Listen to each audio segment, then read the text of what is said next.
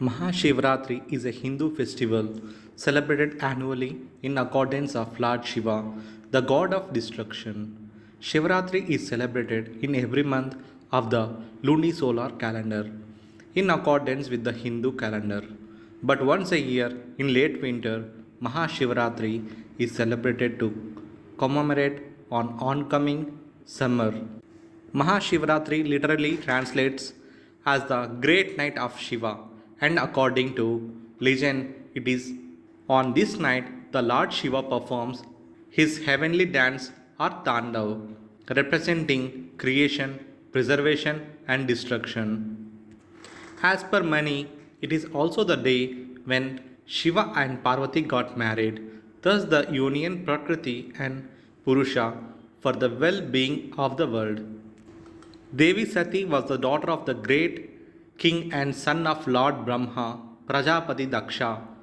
Sati, being an incarnation of Shakti, was described to unite with Shiva for the welfare of the universe.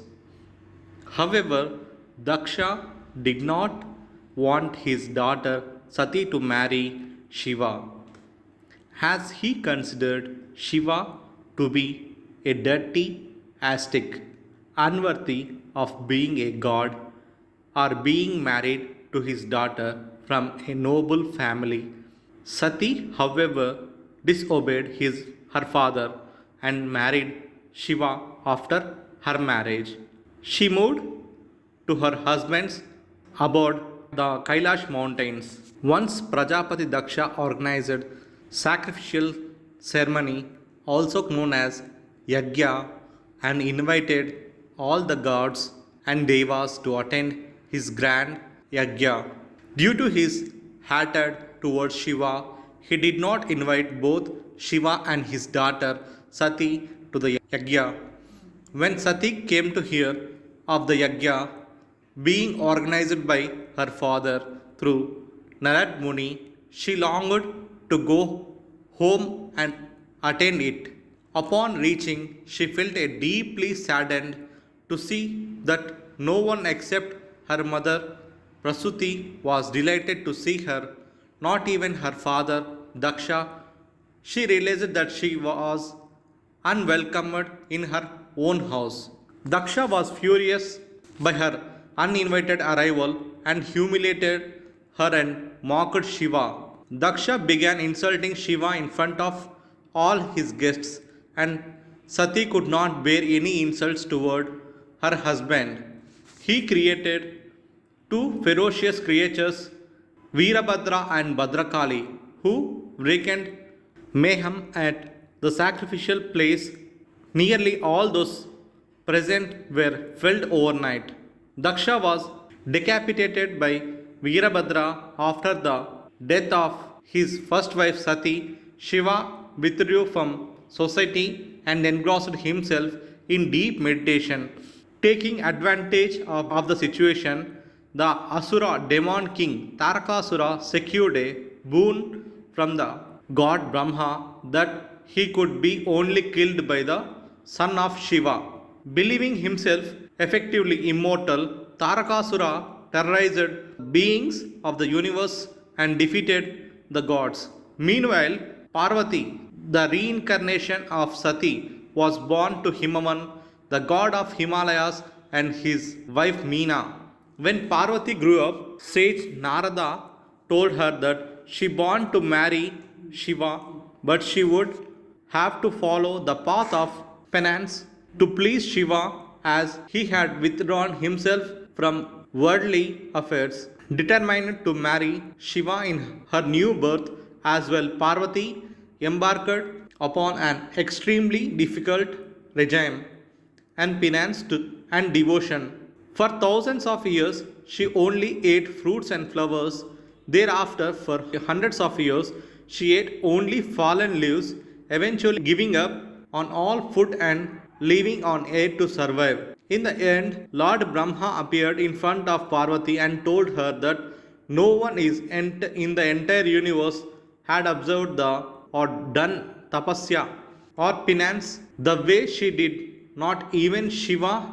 He blessed her soon to be married to Lord Shiva and gave her the name Brahmacharini for her immense determination and penance.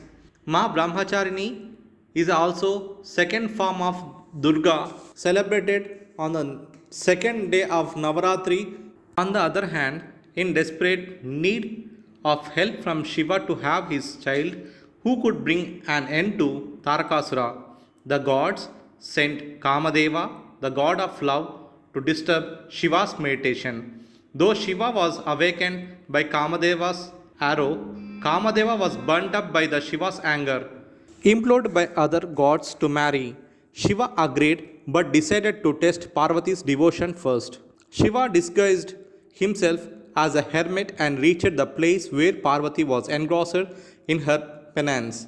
Upon being there, he began criticizing Shiva.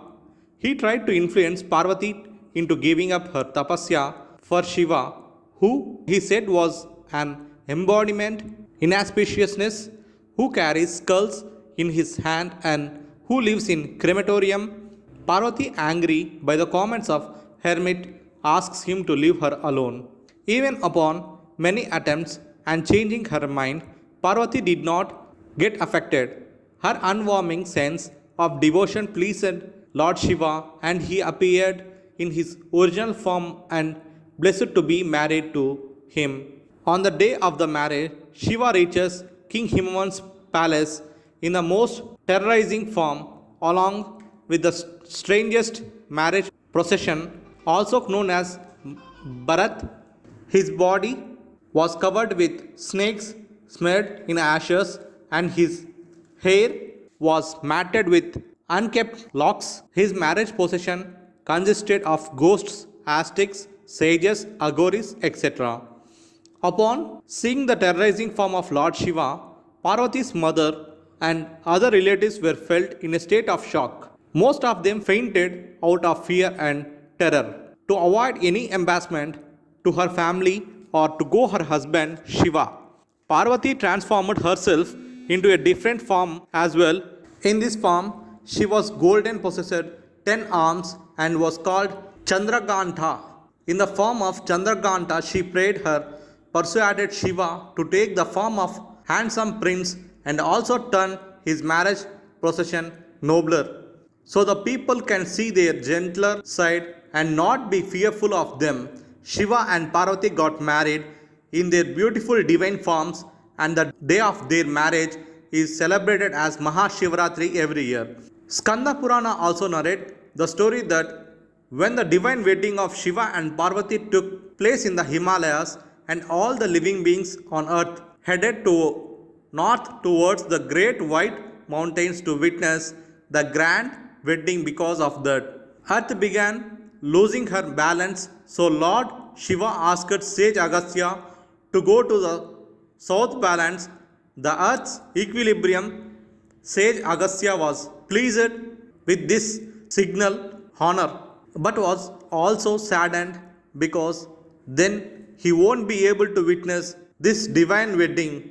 Perceiving the thoughts in the Rishi's mind, Shiva granted him a boon that he and Parvati would appear before Agastya whenever the latter happened to think of them. Pleased with the boon, Agastya began his journey towards southwards.